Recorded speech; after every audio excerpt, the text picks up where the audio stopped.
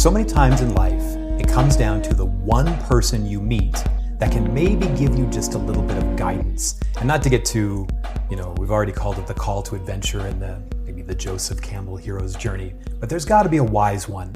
A wise mentor has to intercede and put you on that path. And for us, it was a professor at the school.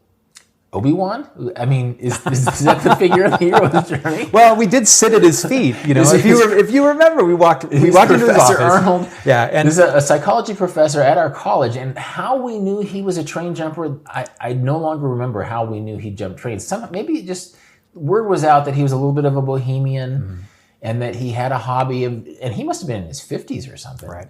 But he had a hobby of jumping trains, and so we approached him. Pestered this old badger, and he wanted no business with us at all. He's like, too dangerous, you're gonna die, I don't want to be responsible, and we just wore this old man down. Mr. Arnold, if you're listening, we apologize, but you gave us one of the great pieces of advice. Sitting in his office with you, and he didn't make eye contact. He was very generous. He gave us great information, and I feel like you remember it better than me. So what lessons did he teach us? Okay, well, this is important because what the professor did was give us 5 basic rules for train jumping. And these are very important because we broke every single one of these rules. Rule number 1, and again, this is an old man, here's Rolf and I sitting at this professor's feet, and he said, number 1, never jump on a moving train. Number 2, never ride with your legs hanging outside of a boxcar because the doors can slam shut.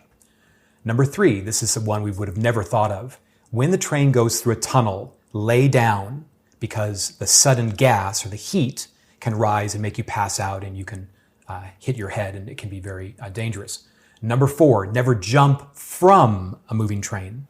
And number 5, never talk to anyone or accept any kind of drink from someone who approaches you because the hobo element is very notorious for a criminal underground. These 5 rules, and we broke every single one of them. We did, and those stories are to come.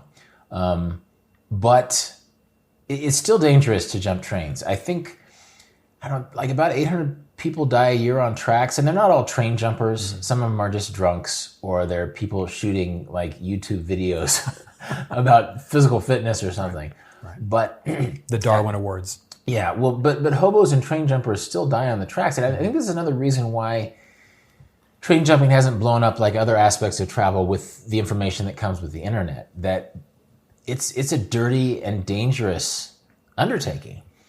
And so there's one more, we'll talk a little bit about the summer of 92 because it was sort of a funny summer, but there's one other thing. We somehow got a Burlington Northern map. Somehow we found out that the Burlington Northern lot in Vancouver, Washington, which is across the river, not to be confused with Vancouver, Canada, across the river from Portland, Oregon, was the best place to catch trains.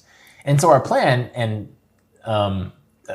which immediately went awry, was to jump trains to Canada. Right. And the idea was that we were going to jump trains, visit our friend Jeff, who's been a guest on this podcast before, went on my first vagabonding trip with me, and then continue into Canada. If they were stopped at the border, we were going to sneak into Canada and jump trains into Canada. Well, we didn't come close. Right. We jumped trains for 3 days and didn't come close to Canada for reasons that we will outline in a second.